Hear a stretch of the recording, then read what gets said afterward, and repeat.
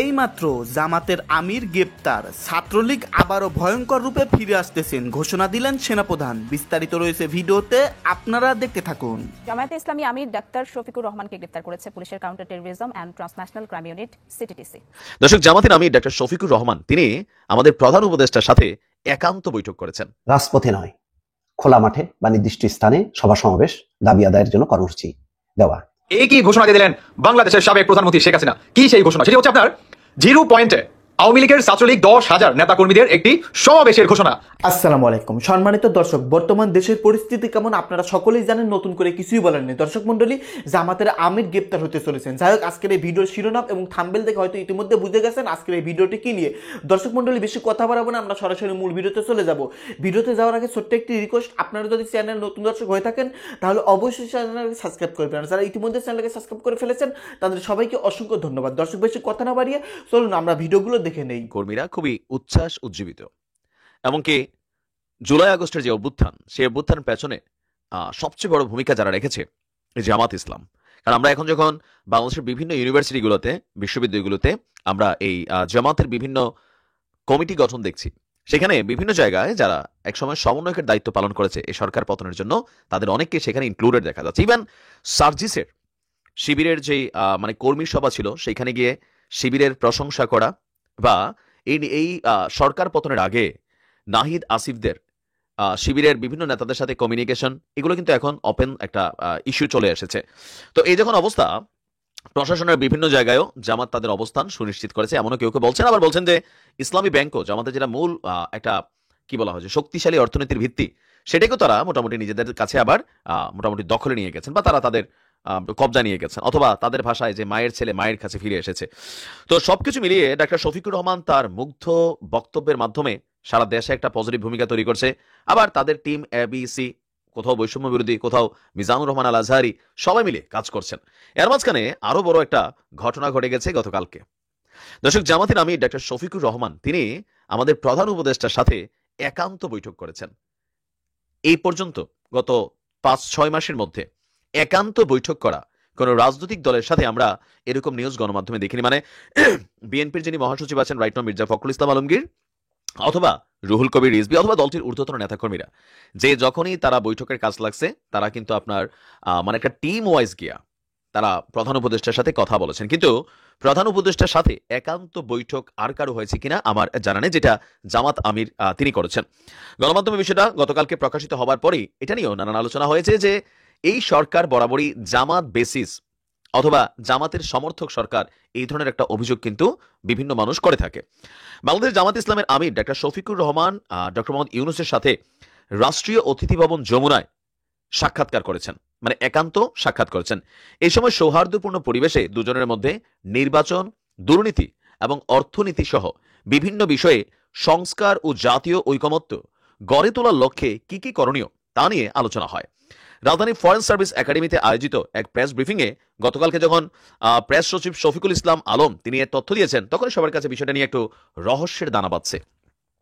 আমরা এ পর্যন্ত যতবার দেখেছি প্রধান উপদেষ্টার সাথে যারাই দেখা করবে, গণমাধ্যমে 2-3 দিন আগে থেকে নিউজটা আসে, কিন্তু সম্ভবত এটাই প্রথম যে জামাতের আমির প্রধান উপদেষ্টার মধ্যে একটা বৈঠক হয়ে গেল, যেটা হওয়ার পরে প্রধান উপদেষ্টার যিনি প্রেস সচিব আছেন তিনি জানাচ্ছেন, কিন্তু গণমাধ্যম আগ থেকে এটা সম্পর্কে কোনো ধারণা ছিল না যে জামাত কখন গেলেন, কখন আসলেন, কি আলোচনা হলো। একটা প্রশ্ন তো আছে। তো নিশ্চয়ই নির্বাচন ইস্যুতে আলোচনা হয়েছে, কারণ নির্বাচন ইস্যুতে বিএনপির অবস্থান আপনারা মোটামুটি বুঝতেই পারছেন, যেভাবে সোজা সাপটা বা ঘুরে পেছায় কথা আসতেছে। তো সেই ক্ষেত্রে জামাতের একটা বড় ধরনের ভূমিকা যদি বিএনপির সাথে আইসা একই সুতে বসে, তাহলে সরকারের জন্য বিশাল ঝামেলা হবে, এটা 100%। আবার জামাতও লাস্ট কয়েক মাস ধরে, মাস 2-3 ধরে তারাও কিন্তু নির্বাচনের সাথে একটু শক্ত ভূমিকা পালন করছেন। এখন এই দুজনের মধ্যে কি কি আলোচনা হয়েছে এটা নিয়ে নানান বক্তব্য রাজনৈতিকভাবে আসবে। তবে জামাত আমিরের যে হাতটা, বা তিনি যে পারেন, জামাত যে তলে তলে পারে, হ্যাঁ, সবাই ঘুম পাড়াইয়া, এটা কিন্তু প্রমাণিত। তো আপনি কি মনে করেন, আগামী দিনে রাষ্ট্র ক্ষমতায় জামাত নাকি বিএনপি, কোন সরকার আসলে বাংলাদেশ ভালো চলবে, মানুষ শান্তি পাবে, লুটপাট চাঁদাবাজি বন্ধ হবে? Breaking news, breaking news, breaking news. দর্শক বন্ধুরা, একই ঘোষণা দিয়ে দিলেন বাংলাদেশের সাবেক প্রধানমন্ত্রী শেখ হাসিনা। কি সেই ঘোষণা? সেটি হচ্ছে আপনার 0 পয়েন্টে আওয়ামী লীগের ছাত্রলীগ 10,000 নেতাকর্মীদের একটি সমাবেশের ঘোষণা। আসুন সবার আগে সাবেক প্রধানমন্ত্রী শেখ হাসিনার একটা বক্তব্য শুনে আসি, তারপরে বাকি কথা বলতেছি। আমাদের 10,000 কর্মী এই কর্মীদেরকে আহত করছে এবং প্রায় 2-3 হাজার কর্মীর মধ্যে হত্যা করেছে। এর মধ্যে আমরা কিছু নাম বের করতে পেরেছি। ধরেন মেয়ের টুকরা টুকরা করে ফেলে দিয়েছে, আগুন দিয়ে পুড়িয়ে মেরে দিয়েছে। আগুন দিয়ে পোড়ায় তারা আর মামলা দেয় পুলিশের ভিতরে আমার বিরুদ্ধে। কত বড় জঘন্য মানসিকতা আপনারা একবার চিন্তা করে দেখেন। চরমভাবে মানবাধিকার লঙ্ঘন করে যাচ্ছে। আজকে বাংলাদেশের এই দুঃসময় সকলকে এক হয়ে কাজ করতে হবে এবং আর ওই খালি প্রতিবাদ না, এখন প্রতিরোধ করতে হবে, যেন এই বাংলাদেশকে মানুষের ভাগ্য নিয়ে আর চিনি নিয়ে খেলতে না পারে। সেটা আমরা ব্যবস্থা করবো। আমাদের নেতা কর্মীরা বারবার হাত দিচ্ছে, অত্যাচার করছে, নির্যাতন করছে। এটার ব্যাপারে বিশ্বব্যাপী তুলে ধরতে হবে। আবার এই দুর্নীতিবাজ এবং তার সাথে যারা আছে রাতারাতি আঙুল ফুলে কলা গাছ হয়ে গেছে, এদের বিরুদ্ধে অবস্থা নিতে হবে। আচ্ছা, শুনলেন তো সবাই, মানে তার টোটালে যে বক্তব্য যে আমাদের উপরে এখন পর্যন্ত কিংবা আমাদের নেতা কর্মীদের কিংবা আমাদের সাধারণ যে জনগণ এদের উপরে যে পরিমাণ হত্যা মামলা এবং আপনার পেটাচ্ছে, আর মার খাওয়া যাবে না। এখন কি আমাদের প্রতিরোধ করতে হবে, শক্ত হাতে এদেরকে প্রতিরোধ করতে হবে। আপনার যখন নাকি এই ধরনের একটা ঘোষণা দেয়, আপনি বুঝতে পারেন মানে আওয়ামী লীগের যারা নাকি কোটি কোটি জনগণ কিংবা নেতা কর্মীরা, তারা তো এই ধরনের একটা মানে প্রধানমন্ত্রীর কাছ থেকে আপনার এই ধরনের একটা ঘোষণারই মনে করেন অপেক্ষায় ছিল। কারণ তারা বর্তমান নিরাশ, মানে আওয়ামী লীগের যারা নাকি আছে। কারণ নিরাশ হওয়াটা ভাই স্বাভাবিক, কারণ যে পরিমাণ আপনার হত্যাকাণ্ড চালাচ্ছে, দখলবাজিটা চালাচ্ছে, কিংবা ব্যবসায়ীদের যে পরিমাণ লুটপাট করতেছে, এদেরকে তো বর্তমান মানে বাঁচাটাই হচ্ছে দায়ী হয়ে গেছে আওয়ামী লীগের। এটার জন্যই শেখ হাসিনা তিনি এই ধরনের বক্তব্য রাখেন যে আমাদের এখন থেকে প্রতিরোধ করতে হবে। এবং তার মানে বক্তব্যটা অনেক লং ছিল। তিনি আরো বলেন যে 10,000 কর্মী গুলিস্তানের 0 পয়েন্টে আওয়ামী লীগের ছাত্রলীগের আপনার 15 জানুয়ারিতে একটি বড় সমাবেশ হবে। এখন অনেকটা আপনারা বা অনেকেই কল্পনা করতে পারেন যে ভাই এটা কখনো পসিবল না কিংবা এটা হবে না। দেখেন একটা কথা বলি, তিনি কিন্তু অনেক বক্তব্য কিন্তু রাখতেছেন এবং অনেক জায়গায় কিন্তু ঘটতেও আছে, তাই না? মানে আওয়ামী লীগের সাবেক প্রধানমন্ত্রী শেখ হাসিনা, তার যদি মাস্টার মাইন্ডে দেখেন আপনি অবাক হয়ে যাবেন। কারণ একজন পলিটিশিয়ানের এই ধরনের মাস্টার মাইন্ড হওয়ার কথা কিংবা দরকার আছে। কারণ ভাই সমন্বয়কারীরা যেভাবে দখলবাজিতা কিংবা আওয়ামী লীগের সাধারণ জনগণের উপরে আপনার হামলা মামলা, আপনার ব্যবসা প্রতিষ্ঠানগুলো আপনার লুটে নিচ্ছে, ঘর বাড়িগুলা লুটে নিচ্ছে প্রতিনিয়ত, আমি কিন্তু আমার বেশ কিছু ভিডিওতে কিন্তু প্রমাণ সহকারে দেখাইছি। এখন শেখ হাসিনা তিনি কি বললেন যে এখন আমাদের প্রতিরোধ করতে হবে শক্ত হাতে, আর মার খাওয়া যাবে না, এদের যে দখলবাজিতা এটা হতে দেওয়া যাবে না। এখন অনেকেই বলবেন যে ভাই এটা হচ্ছে স্বৈরাচারের বক্তব্য, স্বৈরাচারের মতো। তাহলে আমি আপনাকে বলতে চাই যে বা যারা বা যে সমস্ত বুদ্ধিজীবীরা নাকি এই ধরনের কথা বলবেন তাদেরকে উদ্দেশ্যে আমি বলতে চাই, একজন লিডারের কাছ থেকে আপনি কি ধরনের বক্তব্য আশা করেন? যেই লিডারকে কিংবা যেই দলকে সমর্থক করার কারণে আপনারা কিংবা যে বা যারা নাকি লুটপাট করতেছেন, দখলবাজিতা চালাচ্ছেন, প্রতিনিয়ত গণপিটুনি দিচ্ছেন, তাদের উপরে নির্যাতন চালাচ্ছেন, শিক্ষা প্রতিষ্ঠান থেকে আপনারা বের করে দিচ্ছেন, আপনি ওই লিডার কিংবা ওই দলের লিডারের কাছ থেকে আপনি আশা করেন যে আরো মারো ওদেরকে, আরো মারো ওদেরকে, মেরে মেরে শিক্ষা করো? আমি তো শিক্ষা করতে পারি নাই। আপনি কি এদের মুখ থেকে এই ধরনের বক্তব্য আশা করেন? যেখানে আপনারা নাকি গণপিটুনি দিচ্ছেন, দখলবাজিতা চালাচ্ছেন, ব্যবসায়ীদের কাছ থেকে তাদের সমস্ত অর্থনীতি কিংবা বিভিন্ন প্রতিষ্ঠান আপনারা লুটপাট করতেছেন, কি শেখ হাসিনা বলবে না? অবশ্যই বলবে, অবশ্যই বলবে। এবং আপনারা কি করতেছেন বর্তমান? আওয়ামী লীগ আর বিএনপিকে বাংলাদেশ থেকে চিরজীবনের জন্য আপনারা কি সরিয়ে দেওয়ার চেষ্টা চালাচ্ছেন। এই চেষ্টা আপনাদের সফল হবে না, এই চেষ্টা আপনাদের সফল হবে না। এখন আসুন, অনেকেই ভাবতে পারেন যে ভাই 0 পয়েন্টে কি 10,000 কর্মী অরিজিনালি কি হবে? জি ভাই, অরিজিনালি হবে। অরিজিনালি কি হবে? 10,000 যদি নাও হয় তাও দেখবেন যে ব্যানার নিয়ে কমসে কম আপনার 2 থেকে 300 মানুষের একটা মিছিল তো দেখতেই পারবেন। যদিও তারা মনে করেন দৌড়িয়ে দৌড়িয়ে করবে, কিন্তু করবে কেন করবে? তারা জানান দিবে যে আমরা আসি। আওয়ামী লীগকে উপরে ফেলে দেওয়াটা এত ইজি না, বা তোমরা পারবা না। বুঝতে পারতেছেন? এই হচ্ছে বর্তমান বিষয়টা। আমি মনে করি যে সাবেক প্রধানমন্ত্রী শেখ হাসিনা একটা সঠিক সিদ্ধান্ত নিয়েছে তার দলের প্রতি, তার জনগণের প্রতি। কারণ বর্তমান প্রতিটি আওয়ামী লীগের সাধারণ কর্মী কিংবা জনগণ আসলে নিরাশ হয়ে গেছে, কারণ তার লিডারদের কাছ থেকে ওই ধরনের কোনো আপনার দিক নির্দেশনা পাচ্ছিল না। আমার মনে হয় বেস্ট হবে এটা। দর্শক বন্ধুরা, বাকিটা আপনাদের ব্যক্তিগত মত। আবার সেই কথাটি উঠল, যেই কথাটি হচ্ছে রাজপথে নয়, খোলা মাঠে বা নির্দিষ্ট স্থানে সভা সমাবেশ, দাবি আদায়ের জন্য কর্মসূচি দেওয়া।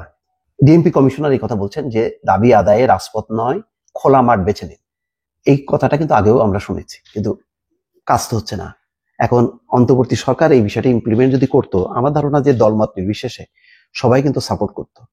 কিন্তু কেন তারা এটা ইমপ্লিমেন্ট করছে না, কেন রাজপথে এই কর্মসূচি করতে দিচ্ছে, এটা আমি বুঝতে পারছি না। তাদের সমস্যাটা কোথায়? মানে এই ব্যাপারে তারা কঠিন হচ্ছে না কেন? বা রাজপথে সভা সমাবেশ একেবারে নিষিদ্ধ করা, একটা প্রজ্ঞাপন জারি করা। যেহেতু আমাদের খোলা মাঠের যদি ব্যবস্থা করা যায় কয়েকটা, যে এই নির্দিষ্ট স্থানগুলোতে, অথবা যদি কোনো রাস্তাও হয় তার যদি বিকল্প ব্যবস্থাটা করে যদি সেটা করা হয়, তাহলে তো কোনো সমস্যা নেই। কিন্তু আপনি দেখেন ওয়ার্কিং আওয়ারে হঠাৎ করে শাহবাগে বসে গেল, তাহলে চতুর্দিকটা বন্ধ হয়ে গেল, রামপুরা হয়ে গেল, তারপরে ওইদিকে তিতুমির কয়েকটা পয়েন্ট আছে, ঢাকা কলেজ, আপনার কলাপস, ঢাকা শহর কলাপস করতে মাত্র 2 থেকে 3টা রাস্তায় যথেষ্ট বন্ধ করে দিলে। তো এটা তো কোনো কথা হতে পারে না। মানে মুষ্টিমেয় কিছু সংখ্যক মানুষের দাবি আদায়ের জন্য মানে লক্ষ লক্ষ নানা পেশা মানুষকে জিম্মি করে ফেলা। ওই দিন দেখলেন না যে জাহাঙ্গীর গেটের সামনে সাবেক সেনা সদস্যরা বা তার পরিবার তারা হঠাৎ করে বসে গেল। ওই রকম একটা সময় তারা অনেকে বিদেশে যাচ্ছিল ঠিক ওই পয়েন্টে, তাদের ফ্লাইটের সময়সূচি আছে, ফ্লাইট তো আর দাঁড়ায় থাকবে না, এটা তো বাংলাদেশে কোনো বাস না, ট্রাক না যে দাঁড়ায় থাকবে। তো কি অবস্থা হয় ওই সময় যারা প্যাসেঞ্জার। তো এই অবস্থাটা আসলে এখনো দেখলাম একই কথা শুনছি।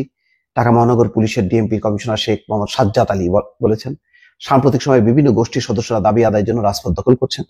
তারা মনে করেন এটি করলে দাবি আদায় সম্ভব, কিন্তু এটা কোনো সমাধান নয়।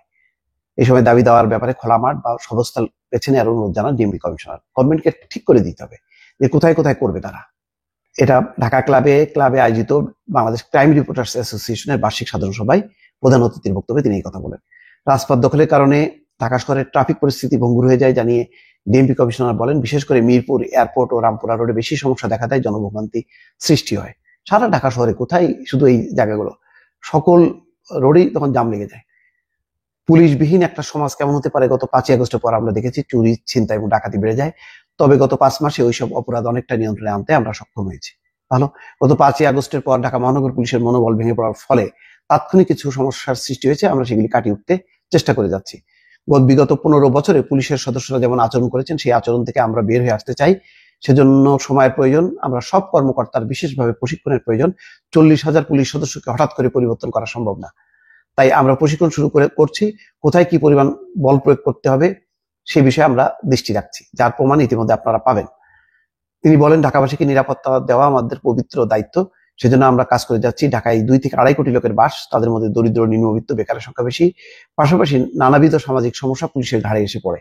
তিনি বলছেন, ইদানিং বিভিন্ন গোষ্ঠী সম্প্রদায় ছোটখাটো দাবি নিয়ে দাবি আদায়ে রাস্তা বেছে নিচ্ছে। তারা মনে করে রাস্তা বেছে নিলেই দাবি আদায় সম্ভব হবে, যার ফলে ঢাকা শহরের ভঙ্গুর ট্রাফিক ব্যবস্থা আরো নাজুক অবস্থায় পড়েছে, ঘন্টার পর ঘন্টা রাস্তায় কেটে যাচ্ছে।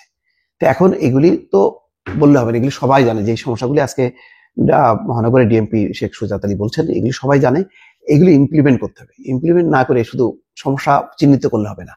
সম্মানিত দর্শক, আপনারা বিস্তারিত ভিডিওতে দেখতে পারলেন চাঞ্চল্যকর তথ্য, বর্তমান দেশের রাজনৈতিক অবস্থা, বর্তমান দেশের বিভিন্ন গোপন তথ্য নিয়ে আজকের এই ভিডিওতে চাঞ্চল্যকর প্রতিবেদন দেখতে পারলেন।